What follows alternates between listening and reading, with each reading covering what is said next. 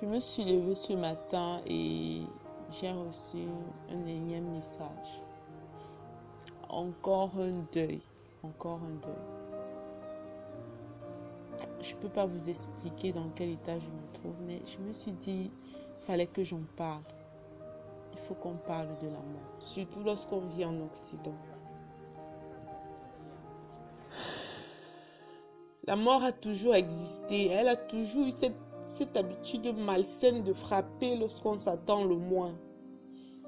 En cette période de confinement, faire son deuil n'est non plus simple. Si en cette période, votre famille et vous allez bien, gloire à Dieu, c'est votre grâce.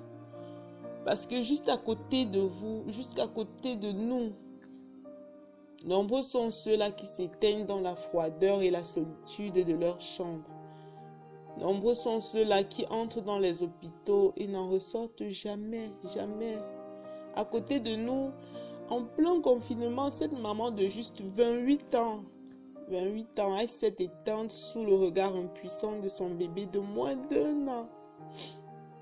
Ce papa nous a quittés sans jamais avoir tenu son bébé dans ses bras, faute de papier ou d'argent. Ce jeune étudiant s'en est allé à la veille de sa soutenance. Ce père, après avoir parlé à ses enfants, il y a de cela seulement 2 jours, a dormi et ne s'est jamais réveillé. Alors dites-moi, pour nous Africains, qu'est-ce que la mort? Qu'est-ce que la mort? Qu'est-ce que le deuil?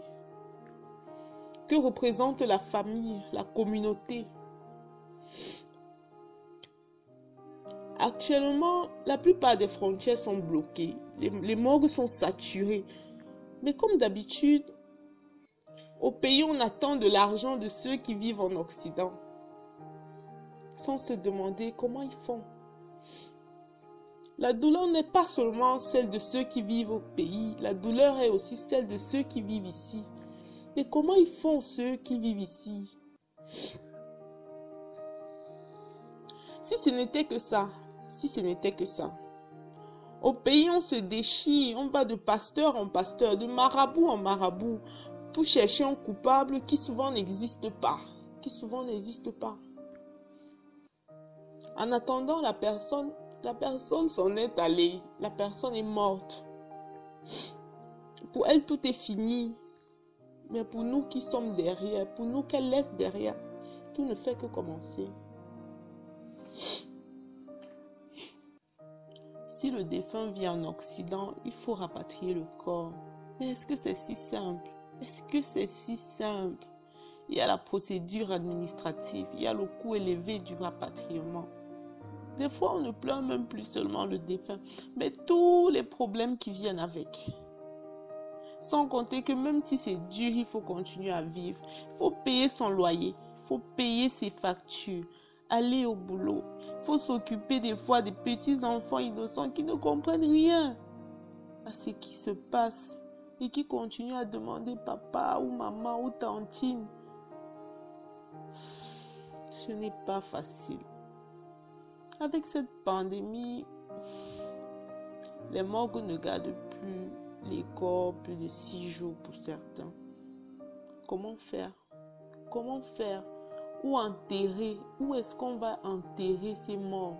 Nos morts, où est-ce qu'on va les enterrer? Beaucoup ont perdu leurs parents, leurs soeurs, leurs frères, leurs cousins, leurs cousines, leurs oncles, leurs tantes au pays. Mais à cause du confinement, ils pleurent seuls dans un coin de leur maison. Et vu que beaucoup ne travaillent même plus, ils n'ont même pas de quoi envoyer au pays pour faire le deuil. Ici, il n'y a pas de veillée, il n'y a pas de messe, il n'y a rien. C'est dans le cœur et dans les pensées qu'on rend un dernier hommage. Chacun est seul face à qui il était pour le défunt. Chacun est seul. Il n'y a plus de traiteur, il n'y a plus d'uniforme, il n'y a pas d'uniforme, il n'y a pas de fanfare. Il n'y a pas de farotage. Il n'y a que la mort, la douleur, le vide. À tous ceux qui réunissent leur communauté, j'aimerais bien leur dire qui sont tous ces gens qui, sans même connaître le défunt, cotisent et participent à des collectes, à des laitiers. À tous ceux pour qui l'argent est tout, que votre argent vous appelle, que votre argent vous réconforte via téléphone pendant cette période dure de confinement. À toutes ces familles qui, au nom du défunt, se déchirent, s'entr'accusent, aimons-nous vivants. Moi je pleure mes morts. Moi je pleure mes morts, seul, dans un coin de ma chambre. Et comme on dit chez nous, aimons-nous vivants. Que nous apprend cette période? Quelle est la place qu'on donne à notre famille, à notre communauté?